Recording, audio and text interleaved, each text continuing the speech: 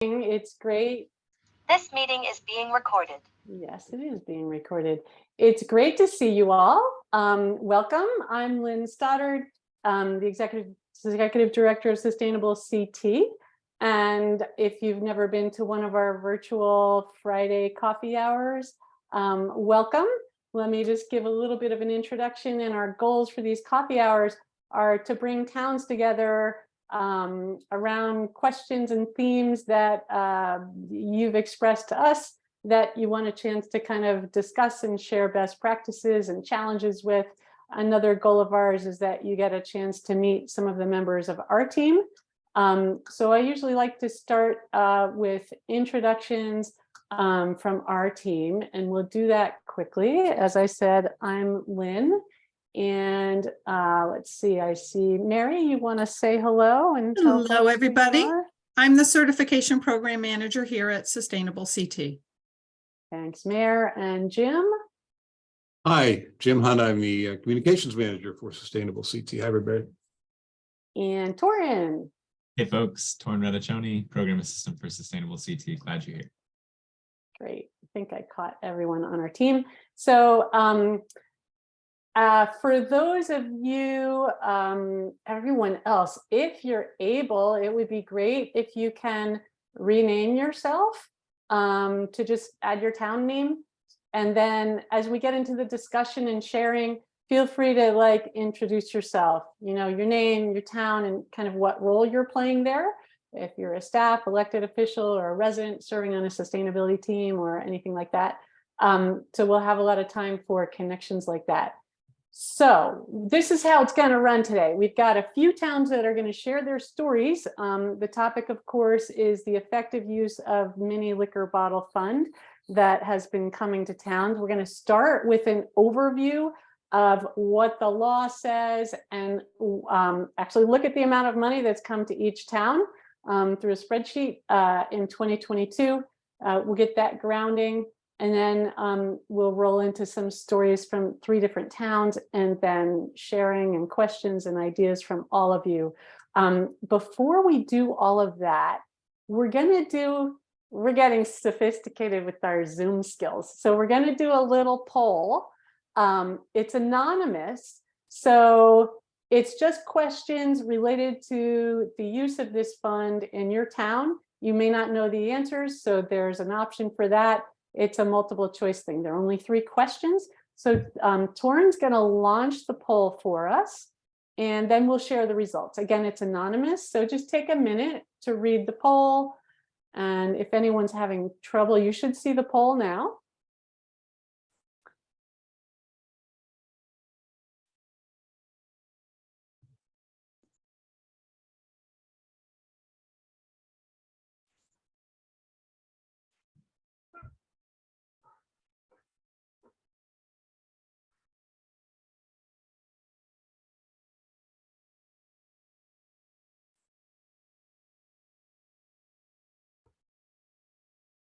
All right, so we've got it on a little timer. Oh no, I guess, let's see, 72% of the people have answered. Why don't you just take another minute to finish up?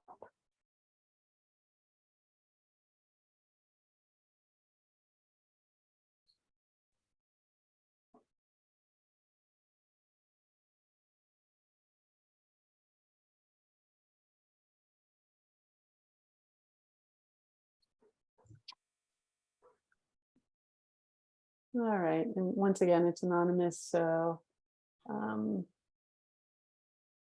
it's just simply going to collect and feedback the answers to us. All right, let's take about 10 more seconds.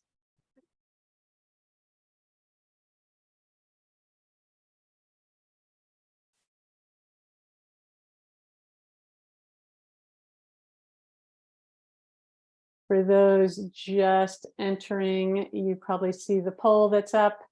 We're about to end it. So if you can quickly answer, or if you don't get through it all, no worries.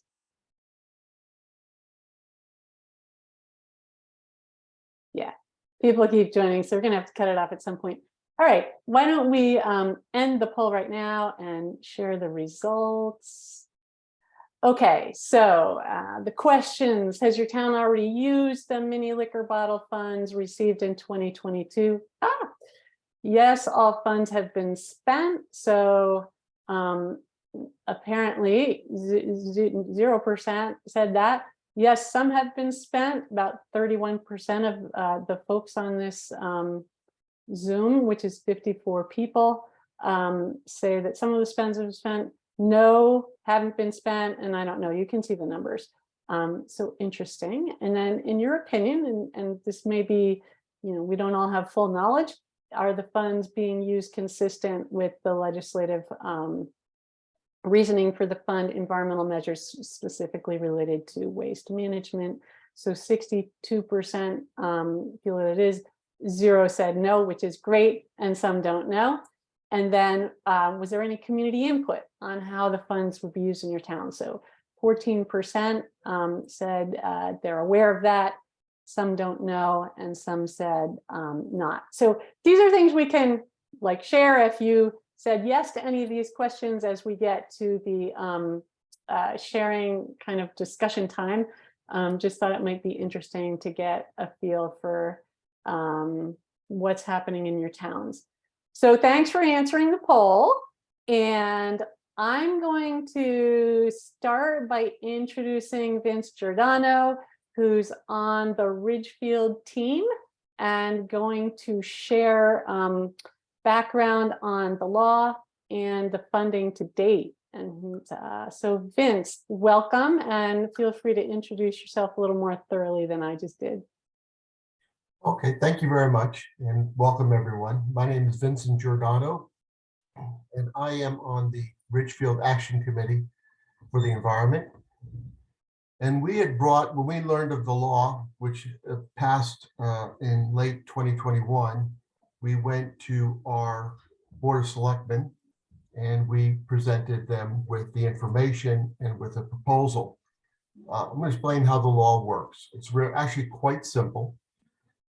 When a local retailer, your liquor store, buys miniature alcohol bottles, the wholesaler retains a nickel fee on each bottle sold to the retailer. So the wholesaler is holding the money. Retailer buys 10 bottles, but the wholesaler holds 50 cents. Then that money gets distributed actually by the wholesaler back to each town where the retailers were located. Now, the Wine and Spirits Wholesalers of Connecticut is acting as a middleman. They're not actually required by law to do this. They're helping to expedite the process. They're working with the wholesalers to make sure the monies are then distributed to each town. Page down. The miniature bottles are not part of the deposit redemption system at all. So if you bring a miniature in to get a deposit, you won't get anything for it. And really, there is no state involvement other than receiving information from the wholesalers. So the state doesn't collect the data, doesn't audit it, doesn't even ensure that the funds are being properly spent. This is actually Connecticut DEP's presentation. Now, how can the funds be spent? Basically, the funds shall be expended. It's limited for environmental measures intended to reduce the generation of solid waste or to reduce the impact of litter caused by solid waste. So it could be one or the other. And then there are some suggestions provided, such as the hiring of a recycling coordinator, installation of storm drain filters, container debris, street pickups, things along those lines. Now, what I'm going to do is I'm going to hopefully share my spreadsheet. Is the spreadsheet currently showing? Could someone confirm? It's not. We're still seeing your slide. Okay. So I think you probably have to stop sharing and reshare, maybe, Vince. Good. Let me do that.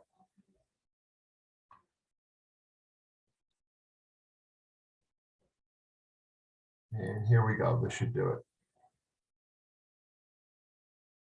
So hopefully you're seeing the spreadsheet now. The spreadsheet, Yep, we are. okay, thank you, contains the WSWC's data.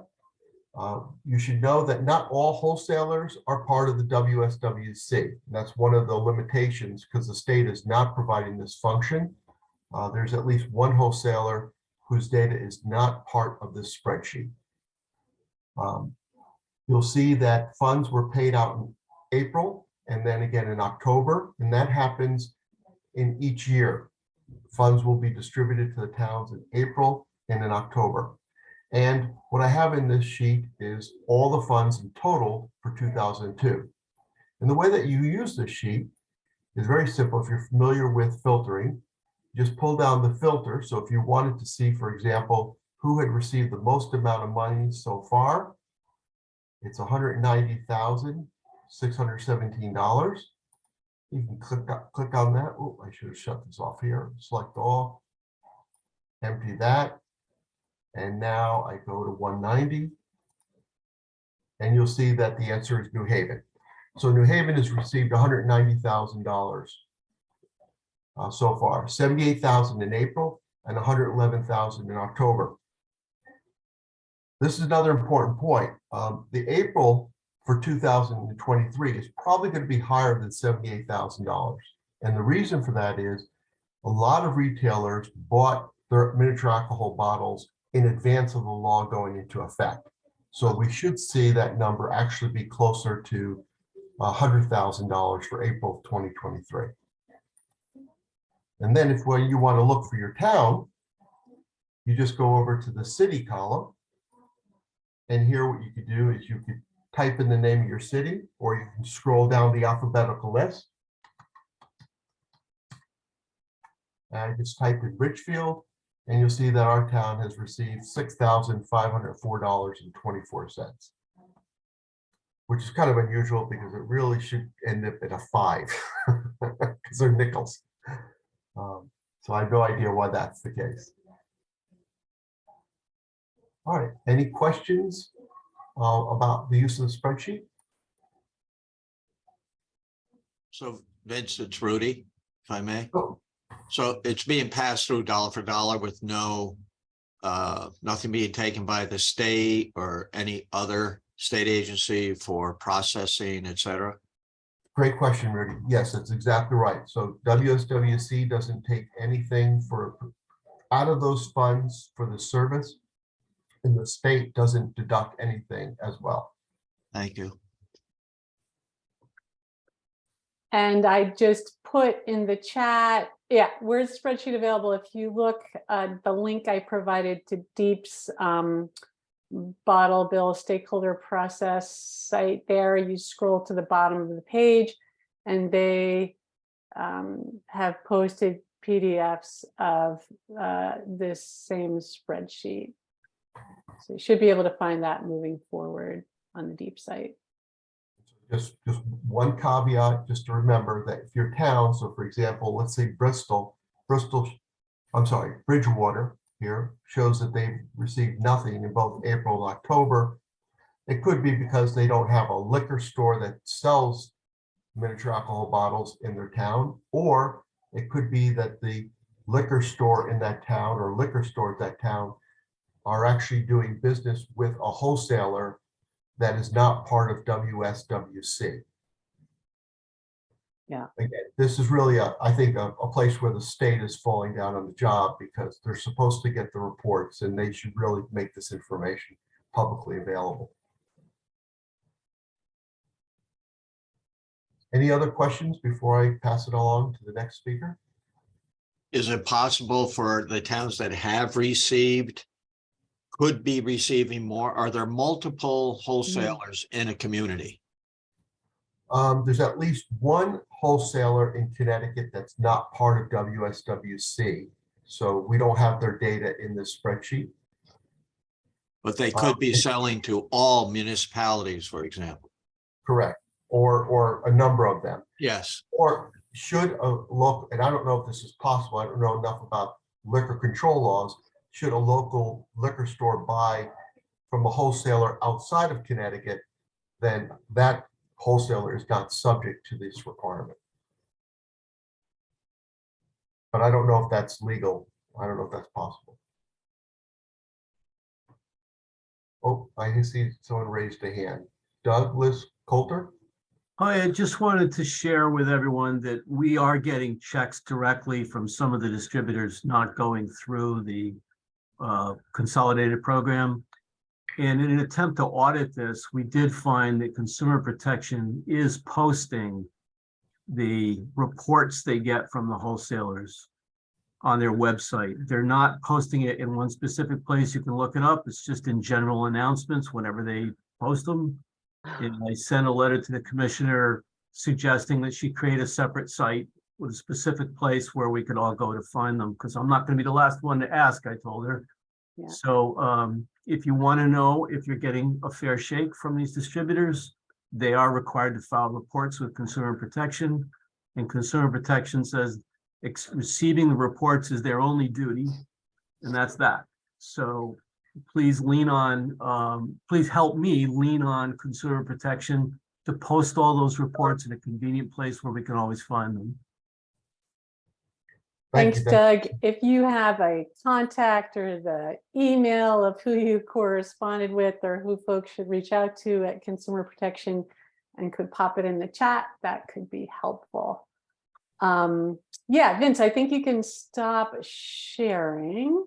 And yeah, let's just scan the crowd, see if anyone else has questions at this point.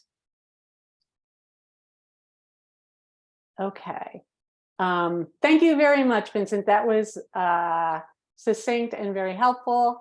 And now let's hear some stories and sharing of what towns have actually been doing with these funds. So pleased to be joined by First Selectman Rudy Marconi from Ridgefield and Tiffany Carlson. So I'm going to hand it over to the Ridgefield team. Thanks for joining us, Rudy.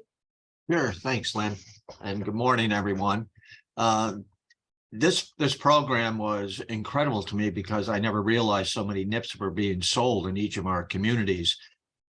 At 5 cents per, the amount of money that's coming through is alarming and makes us aware of a whole nother issue we may have in our communities, not just the recycling, but that's for another day.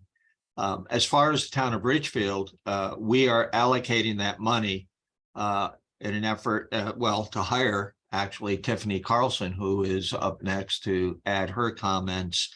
But we brought on a recycling coordinator that we've needed for a lot of years, just to pull everything together in our community. And having Tiffany on board is going to be a tremendous benefit to us coordinating all of our recycling activities and education, most importantly, educating the public. I know that if we were to do a press release on the number of NIPs being sold in Ridgefield, people would be absolutely shocked.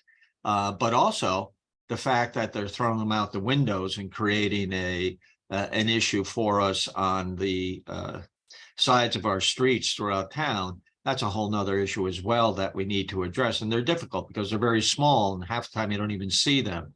But the money is going to help support payroll. The Board of Selectmen this year, because of the NIPS program, agreed to allocate $18,000 toward that position and to establish the position because we have additional funding coming in. And often in the municipal sector, when we're looking at funding a position, it's a tough sell. It's a really tough sell in all of our communities. But when you have a match, even though it's not 50% or 100%, it's a match, it really gives you an opportunity to sell it. And most boards of finance will respond to that favorably. So I was very happy to receive this news and the work of Vince and Tiffany in our community. Race, all of them. We're very fortunate to have you working for us. So it's been a great program.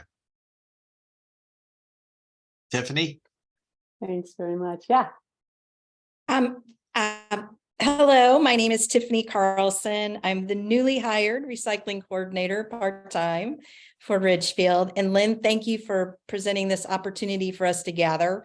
I don't have very much more to add to Rudy, except that if you are a town that is thinking about trying to use the funds to hire a recycling coordinator, it was our being persistent and advocating at Board of Selectmen meetings, at P&Z meetings a couple of years ago when we were putting together our POCD. So there were constantly seeds being planted of the benefit of having this position in the municipal pool of employees. Rudy has always been a strong supporter of all efforts that have to do with the environment in Ridgefield, but he's constrained by the budget. So We're losing you. You're breaking up a little bit, Tiffany. Yeah, they want to log in again. Yeah, or maybe go off video. But yeah, we got to the point of being slowed down about constrained by the budget. Who is very We can't quite hear you. So You have a weak signal. I have the idea will Tiffany, you can call in, leave the video on and call in. Is there a I number, think Lynn? maybe she can't. Yeah, we'll get that to her. Okay, so I'm glad we got to hear a bit of what she was saying, and thanks very much, Rudy, and for being able to actually see and meet the results of your use of the funds. I'm sure there'll be a lot of questions about kind of getting the political will behind this and process or whatever. Let's move on to a couple other towns that are going to share with us, and then we'll open it up and have some interesting discussion. So let's see, next town, we're pleased to have Courtney Lindberg, Deputy DPW Director from Manchester. Courtney is also from a certified town, and she is a member of Sustainable CT's Board of Directors. So Courtney, thanks for sharing with us. Yeah, for sure.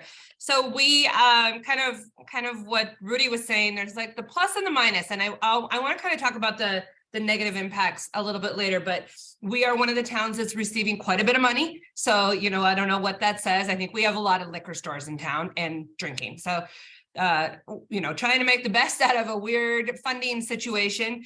What we did is come up with a full-time position, and it's called a Recycling and Community Services Coordinator. And it's kind of interesting that it focuses on recycling when they're not even recyclable bottles. So that's kind of interesting, which is why we expanded it. So one of the things that I had done in the previous city that I worked for was the litter index, where we kind of created a grid of the city and identified hotspots of where litter was perpetually found, and then being able to look at it systemically to figure out why. Is this an illegal dumping area? Is this an encampment for homeless people? Like, what is the reason? So what I'm doing is the position that I'm hiring is going to, their actions are going to fall into three main buckets. And the first one is community cleanup, helping coordinate the different groups, the church groups, the community organizations, the Girl Scouts, Boy Scouts that always are interested in doing cleanups, but not focusing on the same park every time, really distributing those efforts across town, getting those metrics and being able to help us develop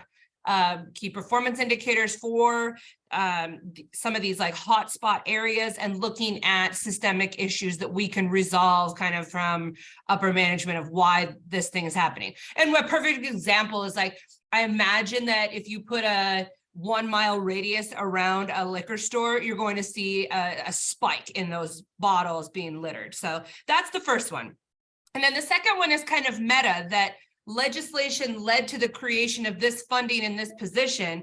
Therefore, I think this position should very carefully track and map legislation, whether it's coming down the pike, something that we can support, any way to kind of pull those little legislative compliance nuggets together to be able to streamline solid waste management, litter management, recycling efforts, any kind of diversion. So looking at it from that standpoint. And then the third is engagement.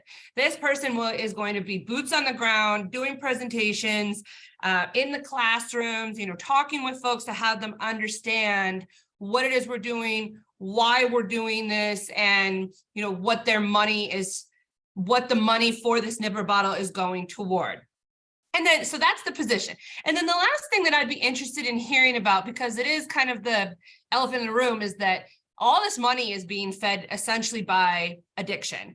And I don't think that we are able to use any of the money to directly give back, but toward fighting that. But I'm curious to know, like, what other towns are doing. Like, we are building an environmental center that's going to just be completely separate. It's like an indoor-outdoor education center, and thinking about, would that be a good community use for, AA meetings or NA meetings? It's kind of the underbelly of this funding that I'd be very interested in hearing from this group of how your towns are tackling it. So kind of 2 points there. We have our full-time position. It just closed recruitment last Friday. I have a pile of resumes on my desk. I got 23 applications, and some of them are very, very strong. So looking forward to hiring that position, and maybe next time we're together, I'll have them with me to be able to talk about some of the cool things that they're doing. So with that, I will wrap up my time and hand it back to you, Lynn. Awesome. Courtney, thanks. Very interesting. Great. Again, we'll have lots of discussion and time for questions. After our third town that's going to share, we're happy to have Kim O'Rourke, Middletown Recycling Coordinator, here to share what's going on in Middletown. Thanks, Kim. Thanks for having me. Howdy, everybody. So yeah, just before I get into what we're doing, I just want to agree with what was said, is that there are pros and cons to this funding. It's definitely, in my mind, a little controversial.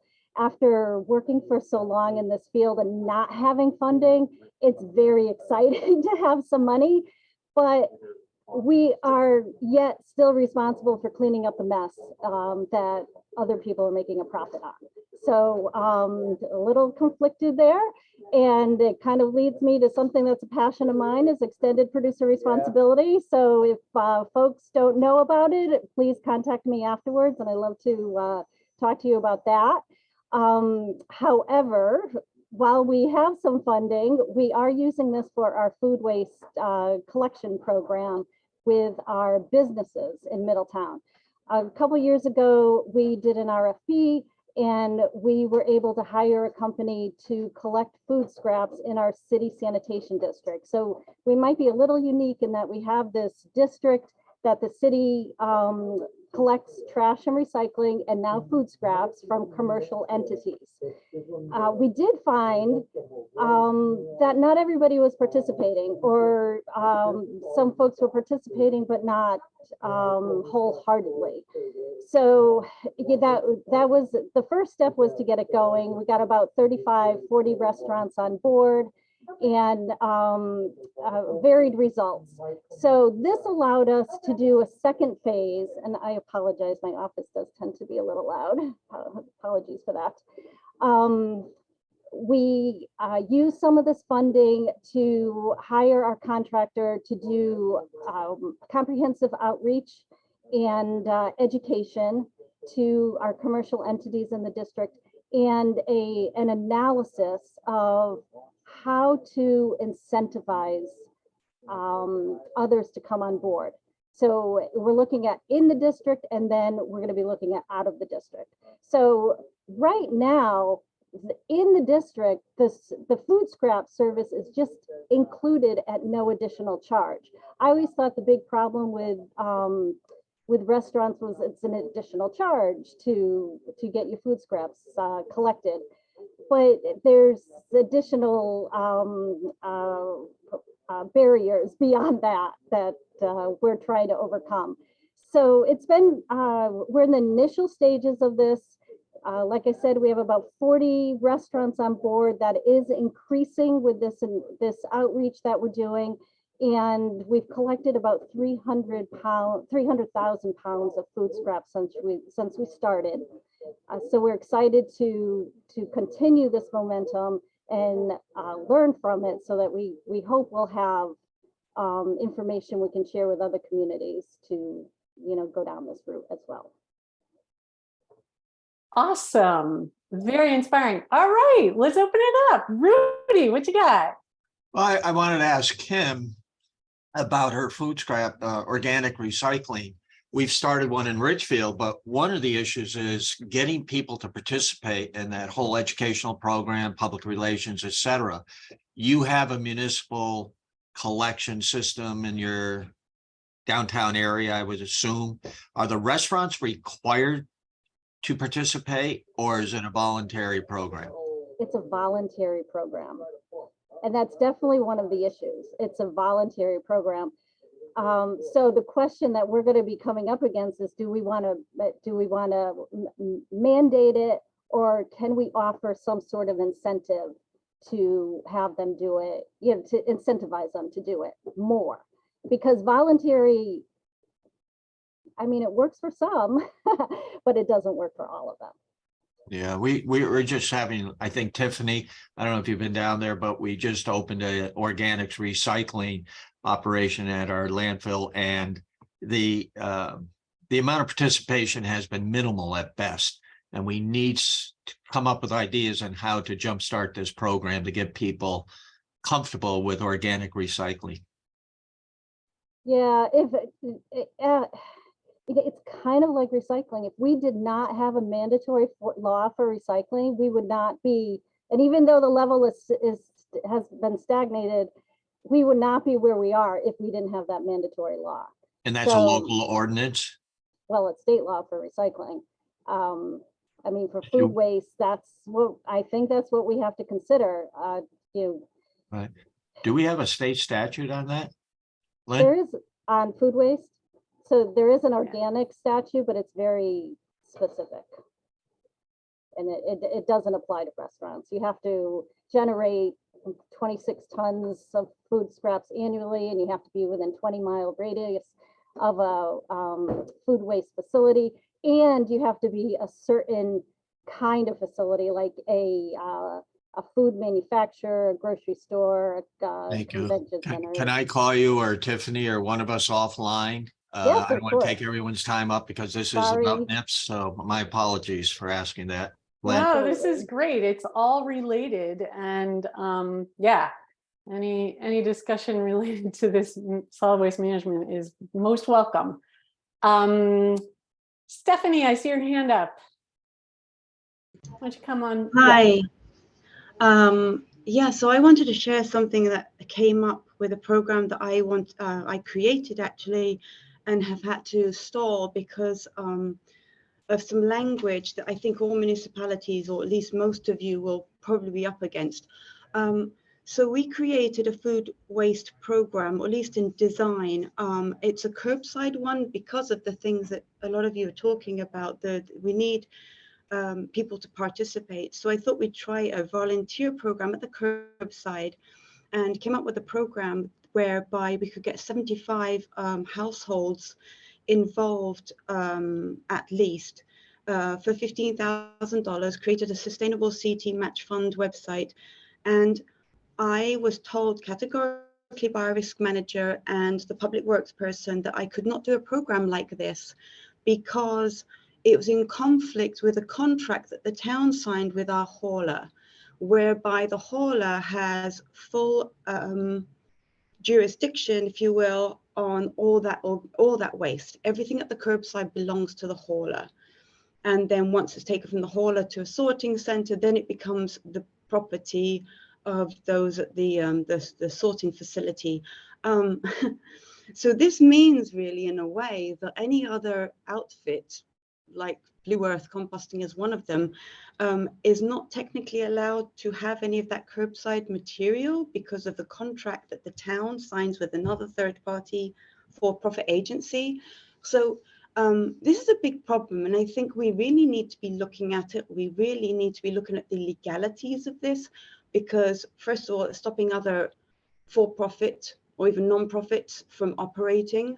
And it's stopping people like me trying to bring a program to the town where we already have half the people signed up saying we want to do this. And that's with almost no publicity, minimal publicity. So I think if I were allowed to function as the environmental planner and do this program again, I've had to divest myself of this program as a town employee.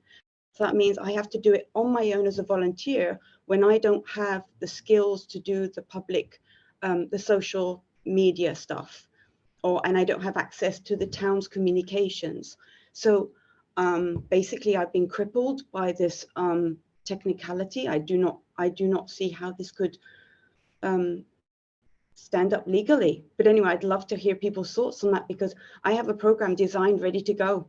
I've just got my hands tied.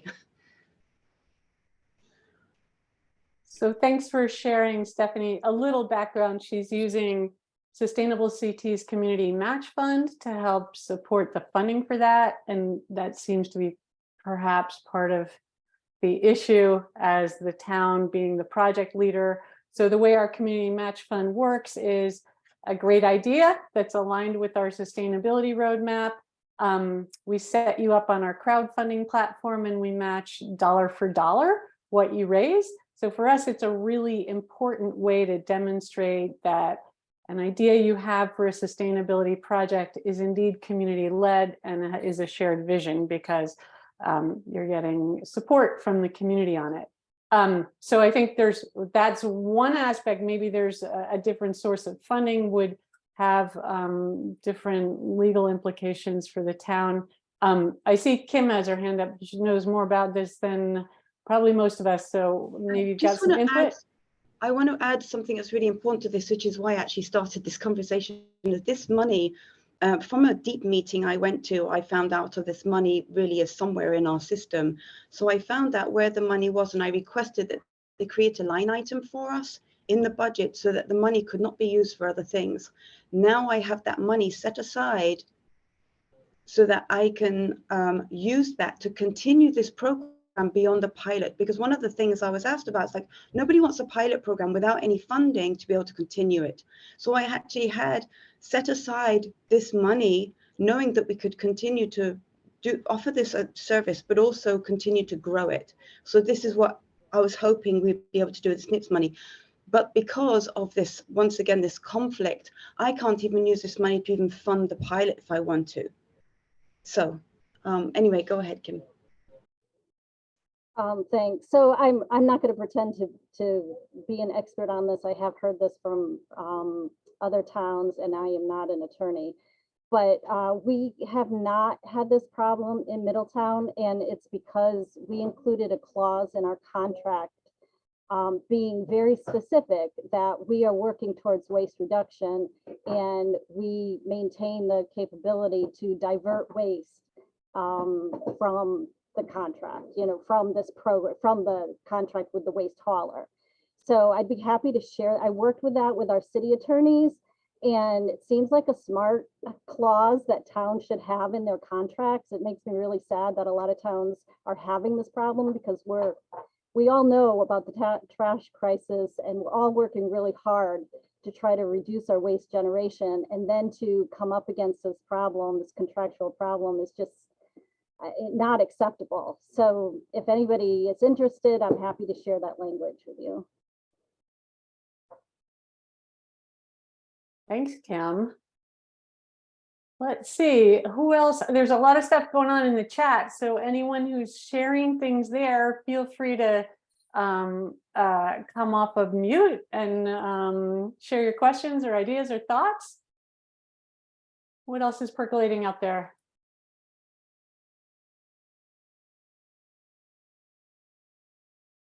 Karen, I see your hand. Yeah, and just a reminder, if people can introduce themselves and their town and their role, that would be great. And you need to come off mute and you're all good to talk. Thanks. All right. I'm Karen Schnitzer. I'm from Cheshire. I'm co-chair of the Coalition for Sustainable Cheshire, a nonprofit created back in, we'll say 2020 or so, to help move our town in a sustainable direction. And I have other positions in town. I am on the Environment Commission, and I'm active with other groups as well.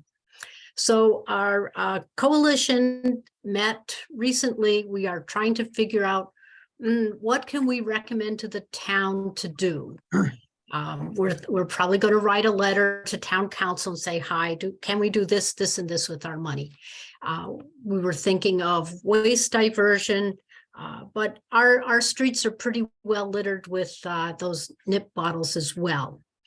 And so one idea that we had was, can we have nonprofits in town sign up for streets to clean them up in the months of March and April before the weeds come out? And then wouldn't it be nice if the town could take some of that money and we'll say award it to the nonprofits that have cleaned up their streets?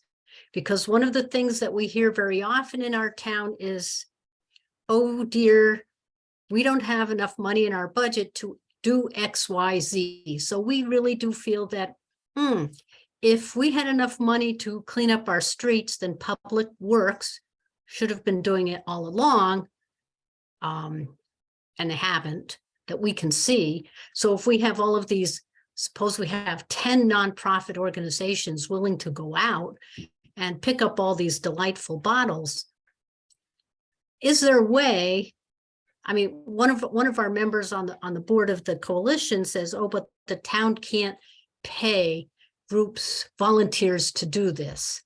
But if the money is for the purpose of cleaning up, is there a way around that? Has anyone else had experience with that? Because we're going to be doing the work, and nonprofits in Cheshire do an awful lot for the town, as I imagine they do for most towns.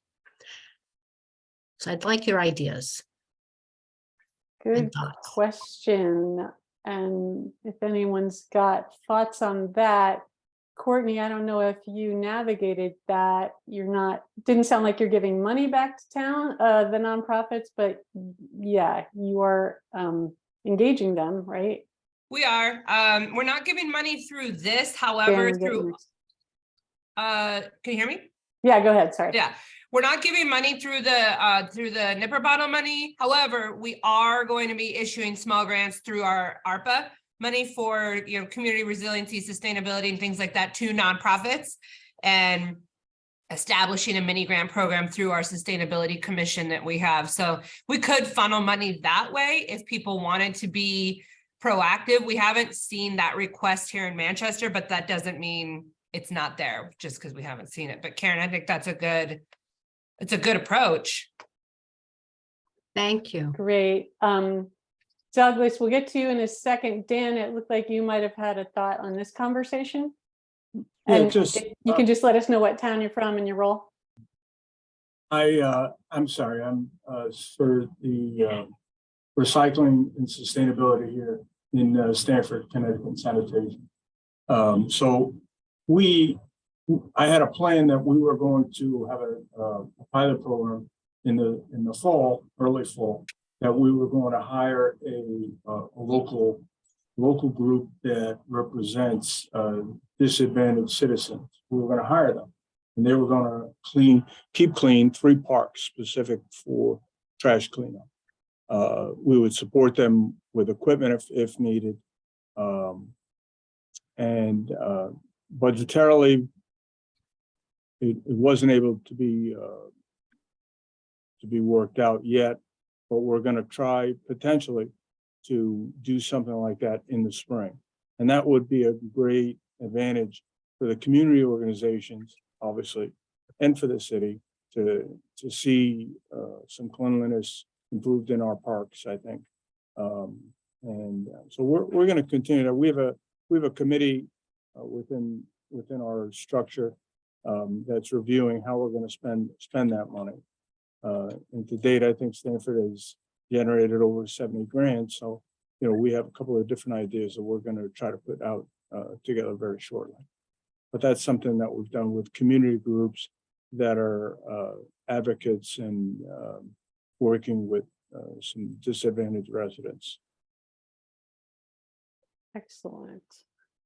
Thank you for sharing, Douglas. And tell us your town, and your position. Yeah, so City of West Haven, I'm the grants coordinator, but since we're short-staffed, I got about 6 hats stacked up. And so I've been running the food waste co-collection program and the food waste composting program for the City of West Haven on behalf of the Commissioner of Public Works. So the first thing we did with our NIPS funds is we went to the council and since there is no enforcement mechanism or auditing mechanism in the state statute, the very first thing we did was go to the council, took the exact wording of the intent of the funds, and we memorialized that, codified that into municipal code, that we can only spend the money on those specific items, so it wouldn't get swept. And one of the reasons we did that is we're under the heavy thumb of the State Accountability Review Board, and we didn't want them sweeping the money, something that it wasn't intended for, which, I don't know if that's fair to accuse them, they didn't do it, but that was a concern. So that was the first thing we did. So the Commissioner of Public Works has the authority to spend on any of those qualified items. And what he's been doing is walking around town and looking at all the NIPS contamination in the storm drains and trying to decide the best way to go. And I think what we've landed on is we're going to let it accumulate to about 200,000, and we're going to buy these electric sidewalk vacuums that will clean up the street gutter and the sidewalks of all litter. And where we have NIPS litter, we have every kind of litter. The other thing we looked at and we feel is very viable is paying nonprofits by the pound to collect litter. And we say, okay, we're going to carve up the city on litter collection day. We're going to run a contest and you can earn X per pound for your nonprofit. And we think that's perfectly legitimate. Now, in my years of experience working in municipalities, there's no lack of board members of some sort who claim to know everything about municipal finance and what you can and can't do. So, don't let that stop you. It's probably not true that you can't pay somebody to do this. It's probably true that you can. And just be consistent, go to city council or the corporation council, your town attorney, and ask them on the side what you can and can't do. That would be my 2 cents. Thank you. Thank you. Yeah, this is great. It's certainly a theme that you're all curious about, and makes a lot of sense to be able to engage nonprofits and reward them for doing this work. So share your stories as you have successes with that too, and learn from your town attorneys. Let's see, Kim. I have kind of a crazy question. Has any towns, have you had any local people advocating for banning the little liquor bottles? I'll jump in here, Kim. Chelsea, Massachusetts actually did that. So they had such a problem there that they did that. And there are a lot of suburbs around Boston now that are looking at that. And I was reading an article on it a few weeks ago, and one of the things they found was the correlation between what Courtney was talking about, addiction issues, homelessness issues, and the prevalence of the mini liquor bottles. And they really felt that it was an ethical issue as well as a litter issue, that they were feeding an addiction cycle. So I don't know of any in Connecticut that have done it, but I know that Chelsea, Massachusetts has done that. Thank you. I imagine it would be kind of difficult now that municipalities are getting money from these things, but I have heard rumblings in Middletown, and I was just wondering if anybody else have had any requests or efforts towards that. Thanks.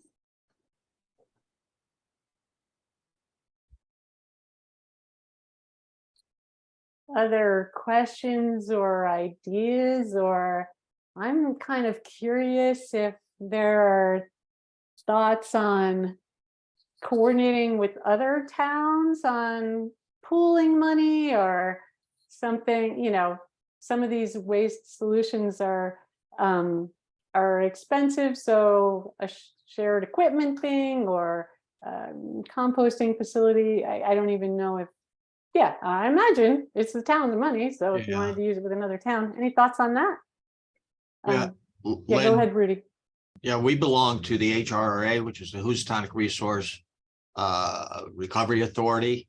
that's responsible for all MSW and recycling in the Housatonic area, which is the greater Danbury area. Tiffany, what is it, 11 towns? I think 14 now. Yeah, we did expand. We picked up more communities like Wilton and Weston, et cetera. But Jen Heaton Jones is our executive director there. We have a full staff, and she does a tremendous amount of work in education in the schools, as well as organizing and applying for grants. She was able to get a federal grant for us of $75,000 that allowed us to set up our organic composting operation. And that's in its infancy right now. And I was speaking to that earlier about education and getting people to recognize it and participate. But that has been a tremendous help for us here in Ridgefield, being part of the HRRA.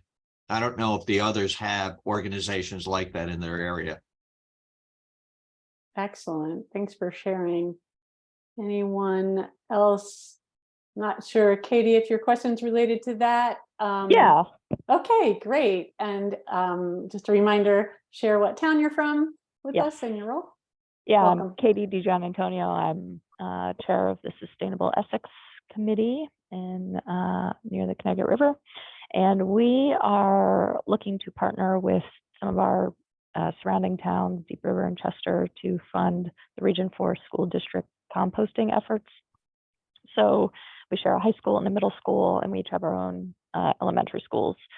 What's interesting is that both Deep River and Essex have plenty of liquor stores, but Chester does not. So they have significantly less funds to contribute to the share effort, which is fine. I think we'll be able to do it together, but that's one of the things we're looking at is how to come together for all the schools and just get a unified front in that way. Interesting. Love the multi-town coordination. And again, just a reminder, if you're not totally familiar with our community match fund through Sustainable CT, could be a way to augment these funds by doing a community-led crowdfunding that's matched by us around something related to it. So I'm just going to put the email in the chat if anyone wants to learn more and get in touch with Joseph on our team to explore ideas around that. We have a special pool of money for food waste and composting in particular. Let's see, what else is on your mind? Who else has got something to share or ask? See some more questions in the chat. I'm actually not monitoring the entire chat, so please come off mute. And if you want to share anything you put there. Yeah, the question. Oh, go ahead, Rudy. I'm sorry. Go ahead. Go ahead. I was just going to, relative to CCM, they are not advising towns on the use of these funds. They are supporting some legislation this year on packaging, but not relative to the funds that we're talking about today. Go ahead, Courtney.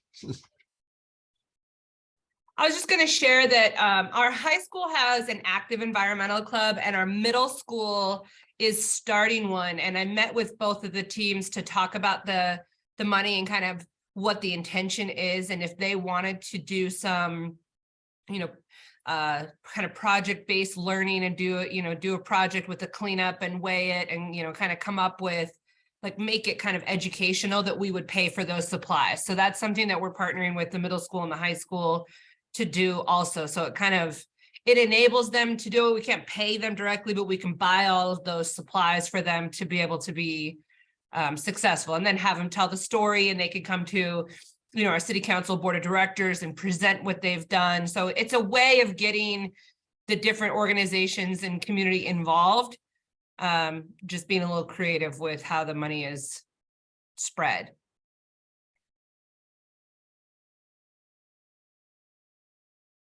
Excellent. Lynn, I'll just jump in here. We've had a lot of talk about food waste today, and this discussion has kind of circled around. And I know it's a struggle for many towns to get a program off the ground, but I do want to put a plug in for our councils of governments, because Lower Connecticut River Valley, Naugatuck Valley, and South Central COGS normally each spring do a composter and rain barrel sale. So it's a good way to get the residents engaged, even if the town can't get a program going.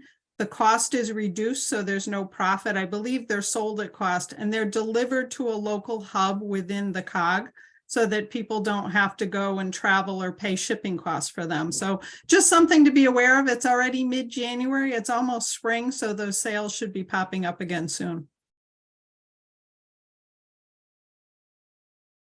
Thanks, Mary. What else? And yeah, if Mary, anyone else is scanning the chat, go ahead, Rudy, and then we'll I'm get just to going you. to say thank you to Mary for being optimistic about the weather. We can only hope, right? Yeah. Guess there's some money being saved that way in DPW budgets this winter, huh? Jill, welcome from Killingly. Let's hear what you've got on your mind. Hello. It was more about food waste. So our high school had a food digester, and they have a VOAG program, and they turn the food into organic material for farming, and also they have a fishery, so they use it for fish food as well. But also I wanted people to be aware of a Connecticut company in Berlin, Connecticut. It's called Bright Feeds. So if you have manufacturers or facilities that have a great deal of food waste, they bring in receptacles and take that food waste out to a power plant. So I put the link in the chat. We have major food manufacturers up here in the northeast corner, so they've been instrumental in trying to take care of that problem up here. Excellent. Thanks for that.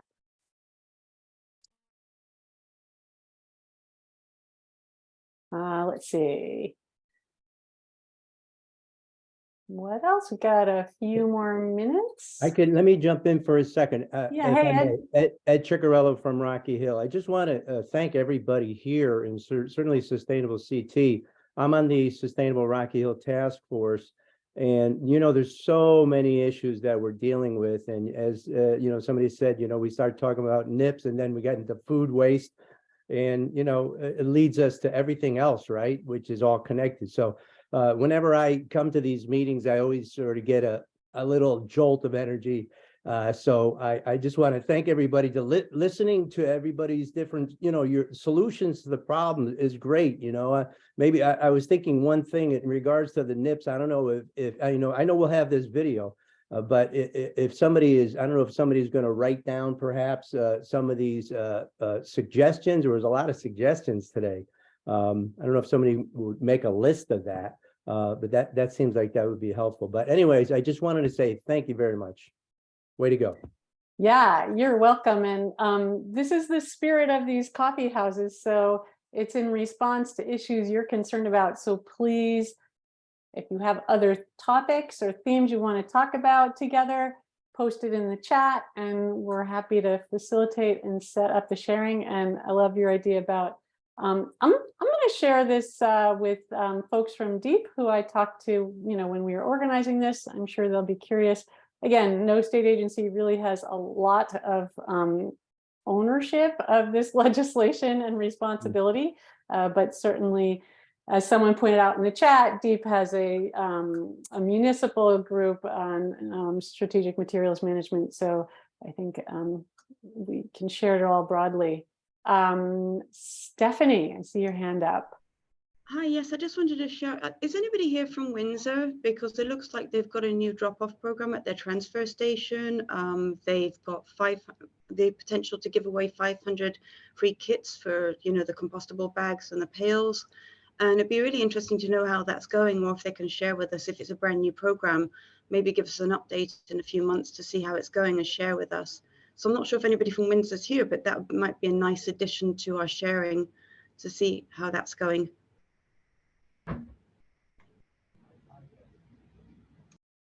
Don't see anyone chiming in from Windsor, but thanks for pointing that out, and we can all look into it.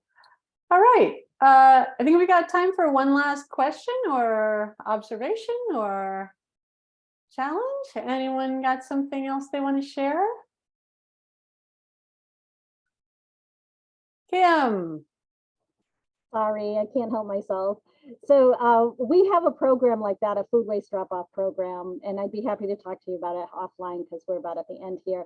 But I guess I just want to leave this meeting and saying that specifically about food waste, it's important to get the word out about it. Even if you're not doing anything, I started talking about food waste decades ago and people looked at me like I had two heads. But just talking about it got people to, think about it, and now it's more acceptable. So I think the just outreach on it, just saying, this is coming, we're going to be doing this, it's not unusual, other towns are doing it, and the reasons why, it's important for all of us to get that message out. That is a great call to action for us to all move forward on in this Friday morning afternoon. And thank you all, especially all of you who shared stories and questions and your thoughts on this opportunity with this fund. As you all know, there are huge, unprecedented amounts of federal dollars coming through as well. That's a very complicated thing to navigate for towns. So we will be having some opportunities to just share stories on that. We'll be posting some resources on our website of how to help towns both navigate and access and support grant writing related to that. We had a great talk with CCM yesterday, and we're partnering with them on how to support all of you with that. So again, if you have any topics on anything else you'd like us to create a platform for, just let us know. And thanks for all your work out in the communities to make us a better state. Thank you, Lynn. Yep. We'll send out the recording to everyone who's been here. Thank you, everyone.